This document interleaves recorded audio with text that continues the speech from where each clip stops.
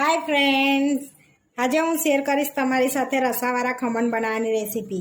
तो अहीं आगळ मैं चणानी दाळ लई लीधी छे रसो बनाववा अने तुवेरनी दाळ लई लीधी छे। हवे बेने आपणे रोस्ट कर लईशुं। आ बेने आपणे धीमा तापे पहेला रोस्ट कर लईशुं अने धीमा तापे ज हलावता जवानुं छे अने फास्ट गैस राखवो नहीं, धीरा गैसमां शेकवानी छे दाळने आपणे। અને આ રસો એકલી ચણાની દાળમાંથી જ બને છે, પણ આપણે ચણાની તુવેરની દાળ મિક્સ કરીને બનાવીએ છીએ, જેથી આપણો ટેસ્ટ સારો આવે રસાનો। તુવેરની દાળ મિક્સ કરો ને એટલે ટેસ્ટી લાગે છે રસો આપણો।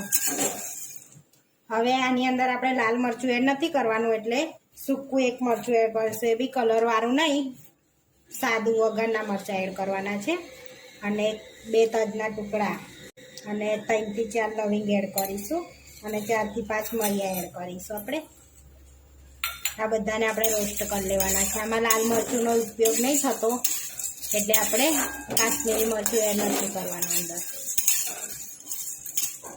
અને આ સ્પાઈસી ને એવી હોય છે રસો આપણો, એટલે આપણે થોડું તીખો અને ચટપટો બનાવવાનો છે આપણે રસો। હવે એમાં કળી લીમડો એડ કરીશું 4 થી 5 પાના અને શેકી લઈશું। હવે આપણી બધી દાળ શેકાઈ ગઈ છે, જોઈ શકો છો એકદમ કલર આપણે ગોલ્ડન બ્રાઉન જેવો થઈ ગયો છે અને કળી લીમડો બી સરસ શેકાઈ ગયો છે, જોઈ શકો છો આ રીતે ભૂકો થઈ જાય છે। હવે ગેસ બંધ કરીને આપણે આ બધું ઠંડુ થવા દઈશું અને આને પાવડર બનાવી લઈશું આપણે। આપણું ઠંડુ થઈ ગયું છે, આ હવે આપણે પીસી લઈશું મિક્સરમાં। હવે આપણે પીસી લીધું છે આ રીતનું પ્રીમિક્સ તૈયાર થઈ ગયું આપણે આ રીતનું। હવે આપણે રસો બનાવી લઈશું। પ્રીમિક્સને આપણે બાઉલમાં લઈ લઈશું અને તમે સ્ટોર બી કરી શકો છો। આ રીતનું આપણે પીસી લીધું છે, ફ્રીજમાં બી રાખી શકો છો અને બહાર બી રાખી શકો છો। એને ફ્રીજમાં રાખવું હોય તો 6 મહિના વરસ તો ચાલે જ છે અને બહાર મૂકવું હોય તો 2-3 મહિના। આપણે આમાં છે ને પાણી એડ કરીશું ને મિક્સ કરી લઈશું। પહેલાં અહીંયા મિક્સ કરી લીધું છે બધું, વઘારી લઈશું। હવે વઘાર કરવા માટે આપણે કઢાઈ લઈ લીધી છે, એમાં થોડુંક તેલ એડ કરીશું। આપણું તેલ ગરમ થઈ ગયું છે, 1 ચમચી રાઈ એડ કરીશું અને તતડવા દઈશું। રાઈ તતરી ગઈ છે, અડધી ચમચી જીરું એડ કરીશું આપણે, ચપટી હિંગ એડ કરીશું, 1 સૂકું લાલ મરચું એડ કરીશું અને કળી લીમડો એડ કરીશું અને 1 ગ્લાસ પાણી એડ કરીશું ને બીજું 1 ગ્લાસ એડ કરીશું। હવે આપણે જે બેટર બનાવ્યું હતું એ એડ કરીશું।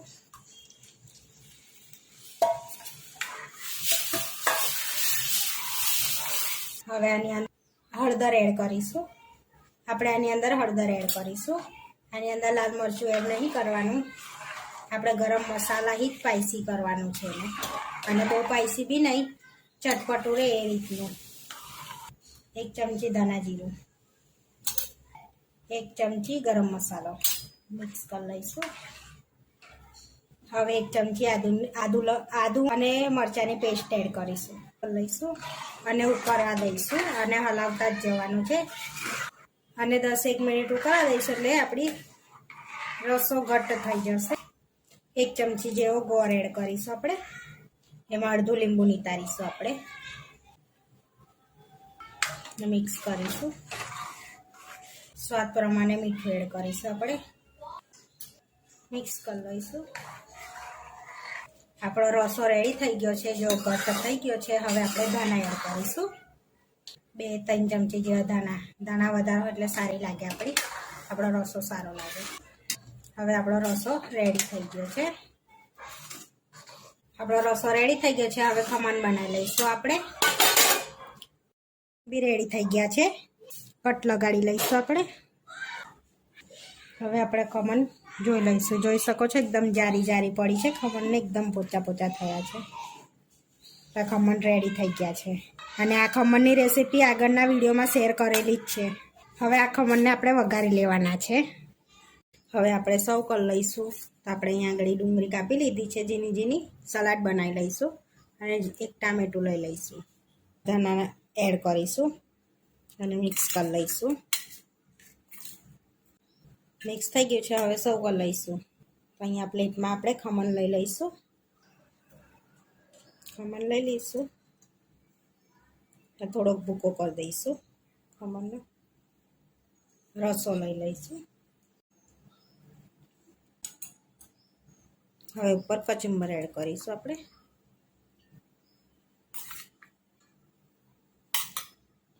ઝીણી સેવ એડ કરીશું. થોડા ધાણા એડ કરીશું. સુરતના પ્રખ્યાત રસાવાળા ખમણ બનીને રેડી થઈ ગયા છે આપણા. આવા વિડીયો જોવા માટે મારી ચેનલને સબસ્ક્રાઈબ કરો, લાઈક કરો અને શેર કરો અને તમે જરૂરથી ટ્રાય કરો. ફરી મળીશું નવા વિડીયોમાં.